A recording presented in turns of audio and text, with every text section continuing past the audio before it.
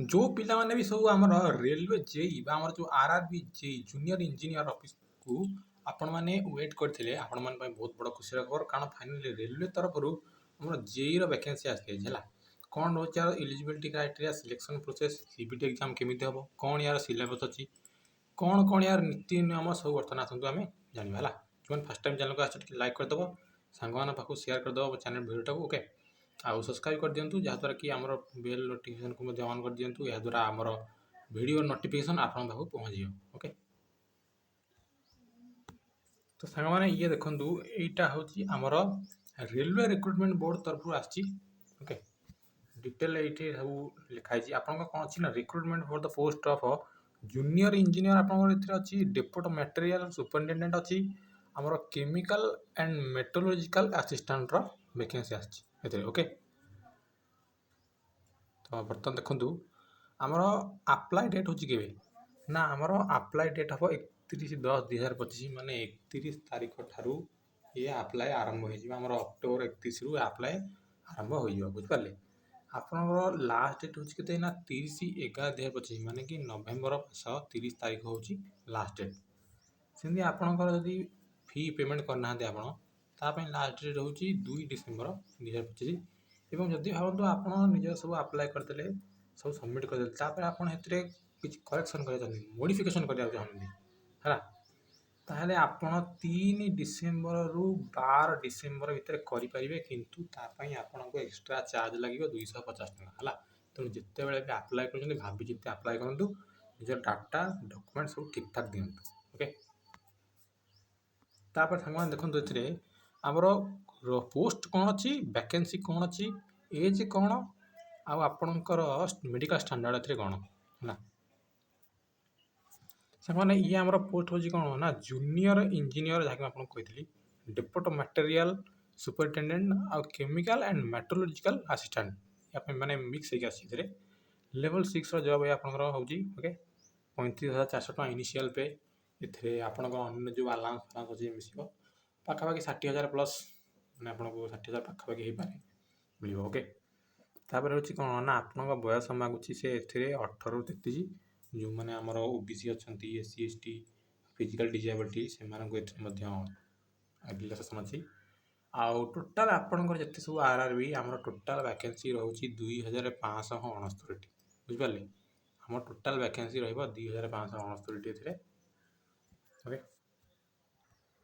तापर सांग मैंने आपंकर मेडिकल स्टैंडर्ड कौन मांगी आम देखा है A3 जहाँ मांगी मेडिकल स्टैंडर्ड जो पोस्ट पाई से कौन कही ना डिस्टेंस विजन आपणकर 6/9 होता दरकार विथ आउ विदाउट ग्लास माने कि चश्मा पिंधिकी आ बिना चश्मा बुझिपारे नियर विजन आप 0.6 होता दरकार चश्मा पिंधिकी बिना चश्मा तासह आपन को पास करिया पड़ियो colour vision binocular vision night vision आउ मेट्रोस्कोपिक विजन आपको पास करिया पड़ियो बुझिपारे जहाँ B1 मांगी आप 6/9 आ 6/12 मांगी डिस्टेंस विजन कौन ना चश्मा लगे बिना चश्मा 0.6 आपंकर नियर विजन बिना चश्मा चश्मा लगे आपन को पास्ट करिया पड़ियो माने कि बेटा बाध्यतामूलक कलर विजन बाइनाकुलर विजन माने जहाँ ऊपर लिखा है तले सही है C1 हूँ आपंकर कौन ना ये 6/12 6/18 डिस्टेंस विजन ओके आ बिना चश्मा चश्मा लगे नियर विजन आप 0.6 चश्मा लगे बिना चश्मा आउ एथिरे आपन देखिपारे एथिरे कौन प्रकार आपनकर कलर विजन टेस्ट हेबो नाही बाइनाकुलर विजन नाइट विजन आ मेसोपिक विजन रो टेस्ट मध्य हेबो नाही ओके। तापर सामान बर्तमान देखिबा एज लिमिट कौन है ये कथाटा आप मन रखु जो मैंने भी फॉर्म भर आपणकर सी बयस मांग 1/1/2024 सुधा आपणकर बयस 18 रु 33 होता दरकार है 18 रु 33 वर्ष भितर माने कि आप यूआर इडब्ल्यूएस 2/1/1993 रु 1/1/2008 भितर आपणकर एज होता दरकार 1/1/2026 सुधा 18 रु 33 ओके। तापर जब आप ओबीसी एनसीएल लिस्ट आसुँच आउ एससी एसटी लिस्ट आसुँच तो आपको ये छाड़ अच्छी जब आप ओबीसी लिस्ट आसुँच तो 1990 रु 2008 भितर आपको चान्स मिले 3 वर्ष रिलैक्सेशन आउ जदि आप एससी एसटी आसुँच तो आप 1988 रु 2008 भितर होता दरकार आपंकर डेट ऑफ बर्थ ओके। ଆଉ ଏଥିରେ କିଛି ଜାଣିବାର ନାହିଁ ଆଉ। ତାପରେ ହେଲା କ'ଣ ନା ଆପଣଙ୍କର ଯେଉଁ SC/ST କ୍ୟାଟେଗୋରୀ ତାଙ୍କୁ ଛାଡ଼ ଅଛି, ଆପଣ ଦେଖିପାରୁଥିବେ ଏଠି SC/STଙ୍କୁ 5 ବର୍ଷ, OBC ବାଲାଙ୍କୁ 3 ବର୍ଷ ଅଛି। ଏଠି ଏକ୍ସ ସର୍ଭିସମ୍ୟାନ୍ ଯେଉଁମାନେ ଆମର UR ଆଉ EWSରେ ଅଛନ୍ତି କ୍ୟାଟେଗୋରୀରେ ସେମାନଙ୍କୁ 3 ବର୍ଷ ଛାଡ଼ ମିଳିବ।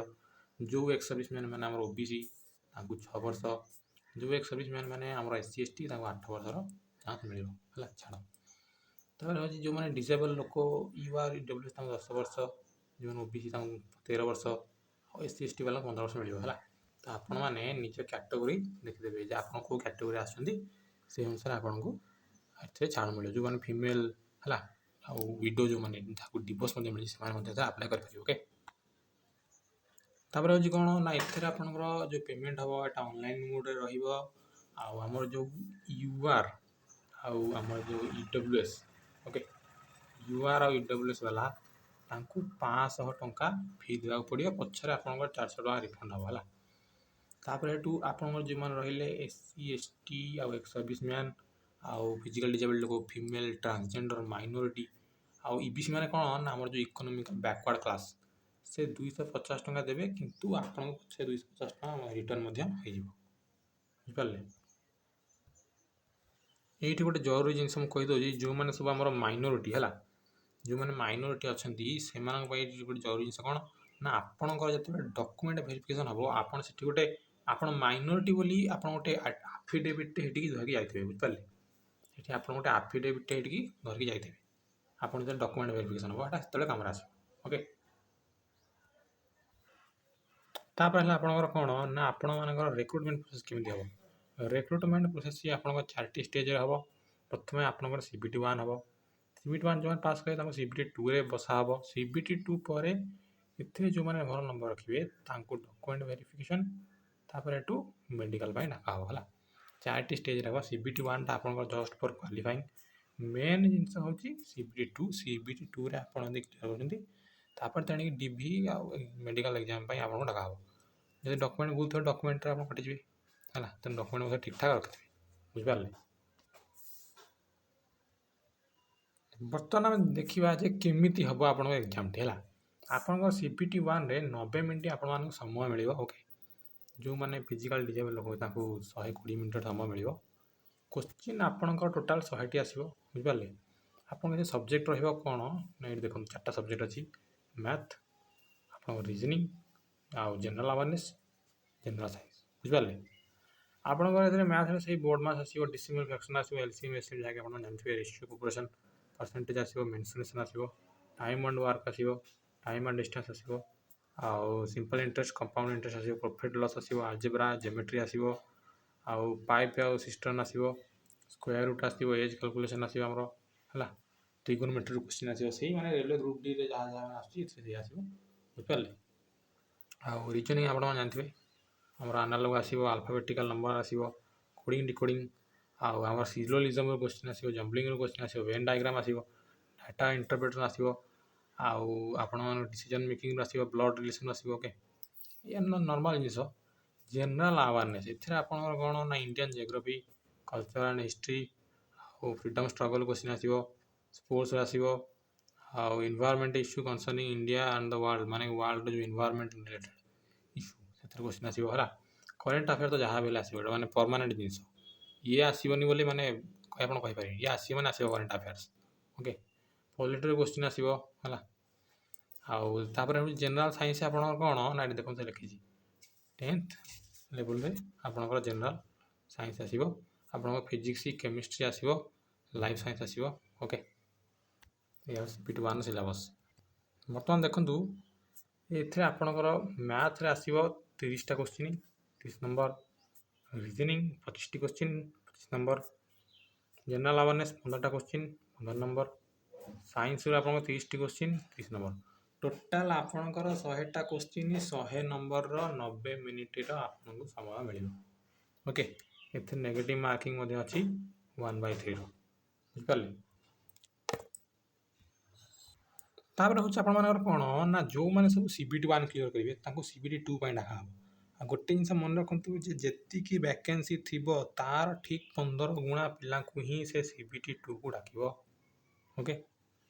से 15 गुणा पिला को CBT डाकिबो एथरे आपनको 120 मिनिट समय मिलिबो आउ जो माने हम जहाँ माने फिजिकल डिसेबल ताकू 160 मिनिट समय मिलिबो क्वेश्चन आपनको 150 टी रहइबो एथरे किंतु कोन ना आपनको सिलेबस आपनको चेंज होई हला आपन एथे जनरल अवेयरनेस आसीबो फिजिक्स एंड केमिस्ट्री आसीबो 10th लेवल रो आउ बेसिक कंप्यूटर एप्लीकेशन एटा गोटे नुआ सब्जेक्ट एथे ऐड होई हला आउ basic of environment and pollution control माने हमर जो परिवेश प्रदूषण से रिलेटेड क्वेश्चन आसीबो आउ टेक्निकल एबिलिटी माने टेक्निकल जिनिस विषय रे आपनकर कोन नॉलेज अछि से विषय रे क्वेश्चन आसीबो ओके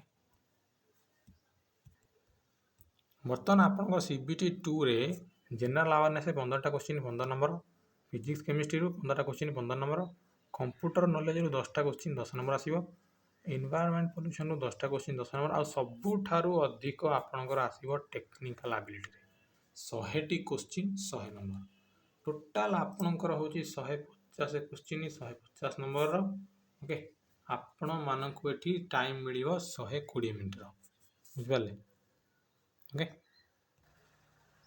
तापर सांग माने कोन ना कैटेगरी देछि आपण मानकर एटा कहा कहा अंडर रे आसी हला जेंति कि हमर सब मेकानिकल इंजीनियरिंग आउ ऑटोमोबाइल इंजीनियरिंग मैन्युफैक्चरिंग इंजीनियरिंग आउ इंडस्ट्रियल इंजीनियरिंग हा मेकानिक इंजीनियरिंग ये सब आसी कोन ना मेकानिकल अंडर रे आसी mechanical and allied engineering under रे ये सब आसी ओके तापर तो आपण जो इलेक्ट्रिकल संबंधित हला इलेक्ट्रिकल संबंधित हमर जो स्ट्रीम अछि इलेक्ट्रिकल इंजीनियरिंग ये आसी कोन ना electrical and allied engineering under रे आसी ओके तापर एटा होची कोन ना हमर इलेक्ट्रॉनिक अंडर रे कोडा आसी ना इलेक्ट्रॉनिक इंजीनियरिंग आसी हमर हला कम्युनिकेशन हमर आसी कंप्यूटर साइंस एंड इंजीनियरिंग आसी कंप्यूटर इंजीनियरिंग साइंस आसी इंफॉर्मेशन टेक्नोलॉजी आसी बुझिपाले एटू सिविल एंड अलाइड इंजीनियरिंग बा सिविल अंडर रे कोडा आसी BSc in civil engineering 3 year हला एटा आसी हमर आ सिविल इंजीनियरिंग आसी हमर ओके तो ये नॉर्मल जिस आपन जो मन बीटेक करथे आपन अधिक नॉलेज थी विषय रे हला तापर कोन ना आपण माने अप्लाई केमन करिवे ना प्रथमे आपण माने निजर एटी निजर माने अकाउंट खोलिया पड़े बिना अकाउंट खोलिबार आपण अप्लाई करि परिबे नहीं हला निजर अकाउंट खोलिया पड़े निजर नंबर निजर डाटा सब आपण दवा पड़े ईमेल आईडी सब दवा पड़िबो हला ओटीपी आसीबे तेरे आपण से ओटीपी दवा पड़िबो आपनकर अकाउंट क्रिएट करिया पड़े आगो हला एया हो जिंस ओके तापर एटू पछरे से आपनकर माने लाइव फोटो मध्ये मागिबो तर माने आपण अप्लाई करिवे लाइव फोटो आपण कैप्चर हबो बुझ पारले आउ जो मैंने SC ST विषय लिखाई कैंडिडेट निजर फोटो देवे आउ आपण मैंने ब्लैक इंक प्रयोग करी माने कि आपण जो सिग्नेचर आप देवे हेटा व्हाइट पेपर देवे आउ ब्लैक इंक रे ही देवे आपण माने करले तापर आज कोन ना आपण फोटो फॉर्मेट 3049 भीतर रहिया दरकार हैला नॉर्मल जिंस ओके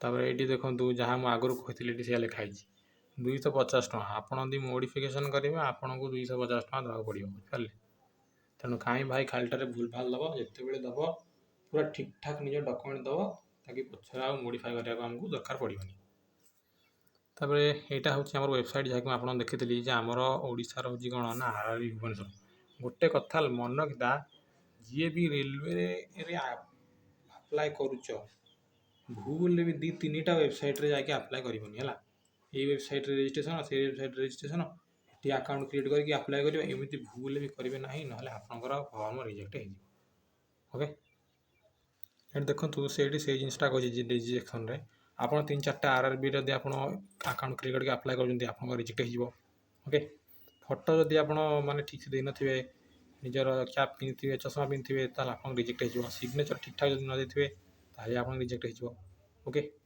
तो ये नॉर्मल जिनस निज डाटा मतलब ठीक ठाक देवे ओके तापर हूँ कौन ना आम डॉक्यूमेंट वेरिफिकेशन डॉक्यूमेंट देखो नॉर्मल डॉक्यूमेंट ये कौन एजुकेशनल आपन सर्टिफिकेट 10th 12th ग्रेजुएशन जहाँ अच्छे आप पाखे कि जो बीटेक आप जहाँ है डिग्री फिग्री सर्टिफिकेट अच्छी आउ का सर्टिफिकेट डोमिसाइल सर्टिफिकेट आधार कार्ड ये नॉर्मल जिनस है ये आप रखिथे तेणुक डॉक्यूमेंट वेरिफिकेशन बेले से एक्सट्रा किसी मांगे तो आपको देवे ओके आउ ये से लिखाई डॉक्यूमेंट वेरिफिकेशन आपंकर जहाँ डॉक्यूमेंट अच्छी इंग्लिश और हिंदी में लिखा दिया दरकार बुझिपारे आउ ओरिजिनल फोटो सिग्नेचर सब आप माने आप अप्लाई कर दिया दरकार निजर कास्ट सर्टिफिकेट रखिथे ओके या हूँ जिनस ओके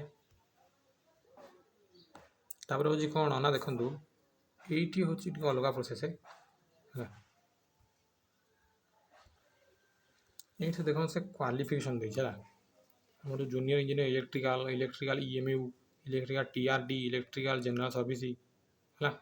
ଇଲେକ୍ଟ୍ରିକାଲ ଡିପାର୍ଟମେଣ୍ଟ ପାଇଁ ସେମାନେ କ'ଣ ନା 3 ବର୍ଷ ଡିପ୍ଲୋମା ମେକାନିକାଲ ଇଲେକ୍ଟ୍ରିକାଲ କିମ୍ବା ଇଲେକ୍ଟ୍ରୋନିକ୍ରେ ଇଞ୍ଜିନିୟର ହେଇଥିବା ଆପଣ ଦରକାର ହେଲା। ଆପଣଙ୍କର ଏଇଆ ମାନେ କ୍ୱାଲିଫିକେସନ୍ ଦେବା ଦରକାର।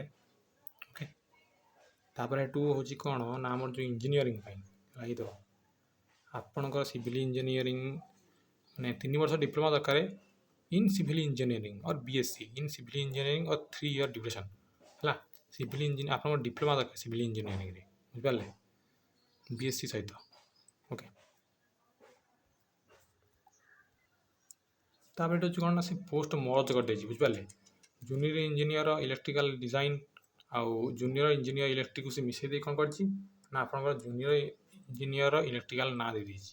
ଓକେ, ସେଇଭଳି ଆପଣମାନଙ୍କର ସେଇଠି ଦେଖନ୍ତୁ ଜୁନିୟର ଇଞ୍ଜିନିୟର ୱାର୍କସ୍ ହେଲା, ୟାକୁ ମଧ୍ୟ ସେ ନାଁ ଚେଞ୍ଜ କରିଦେଇଛି କ'ଣ ନା ସିଭିଲ୍ ୱାର୍କସ୍ ହେଲା, ମାନେ ମର୍ଜ କରିକି ଗୋଟେ ନୂଆ ନାଁ ତାର ଦିଆହେଇଛି ଆଉ। Okay, mechanical design drawing estimation design mechanical group ସେ ମଧ୍ୟ ଚେଞ୍ଜ କରିଦେଇଛି, ଦେଇଛି କ'ଣ ନା ମେକାନିକାଲ ଡିଜାଇନ୍ ଆଣ୍ଡ ୱାର୍କସପ୍ ହେଲା। ମାନେ 2-3ଟା ପୋଷ୍ଟକୁ ଯୋଡ଼ିକି ସେ ମର୍ଜ କରିକି ତାର ଗୋଟେ ନୂଆ ନାଁ ସେ ଦେଇଦେଇଛି, ବୁଝିପାରିଲେ। ବର୍ତ୍ତମାନ ଆମେ ଦେଖିବା ଆମ ଭୁବନେଶ୍ୱର ପାଇଁ କେତେ ପୋଷ୍ଟ ଦେଖନ୍ତୁ 36ଟି ପୋଷ୍ଟ ଅଛି ଆମ ଭୁବନେଶ୍ୱର ପାଇଁ ହେଲା। ଆମର ଯେଉଁ ଭୁବନେଶ୍ୱର RRB ଭୁବନେଶ୍ୱର ଆମର 36ଟି ପୋଷ୍ଟ ଅଛି। ମୁଁ ଏଇଟା ଆପଣଙ୍କୁ ଉପରେ ଦେଖାଇ ଦେଉଛି ଦେଖନ୍ତୁ ହେଲା। ଇଏ ହେଉଛି ଆମର ଇଏ ପାଇଁ ପୋଷ୍ଟ, ବୁଝିପାରିଲେ। କେଉଁଥିରେ ଗୋଟେ, କେଉଁଥିରେ 2ଟା, କେଉଁଥିରେ 3ଟା, କେଉଁଥିରେ 4ଟା, ତ ଏଇଭଳିଆ ଭାବରେ ଆମର 36ଟି ପୋଷ୍ଟ ଅଛି ହେଲା। ତ ସାଙ୍ଗମାନେ ଏତିକି ଥିଲା ଆପଣମାନଙ୍କ ପାଇଁ ଭିଡ଼ିଓ। ଯଦି ଭିଡ଼ିଓଟି ଆପଣମାନଙ୍କୁ ଲାଗୁଛି ଯେ ଇନଫର୍ମେଟିଭ୍, ସାଙ୍ଗମାନଙ୍କ ପାଖକୁ ସେୟାର କରିବେ, ଲାଇକ୍ କରିବେ ଏବଂ ସବସ୍କ୍ରାଇବ୍ ମଧ୍ୟ କରିବେ, ଯାହାଦ୍ୱାରା କି ଆମ ଭିଡ଼ିଓର ପ୍ରଥମ ନୋଟିଫିକେସନ୍ ଆପଣଙ୍କ ପାଖରେ ପହଞ୍ଚିପାରିବ। ଓକେ, ଆଉ ଏତିକି କହିବି ଆଉ ରଖୁଛି।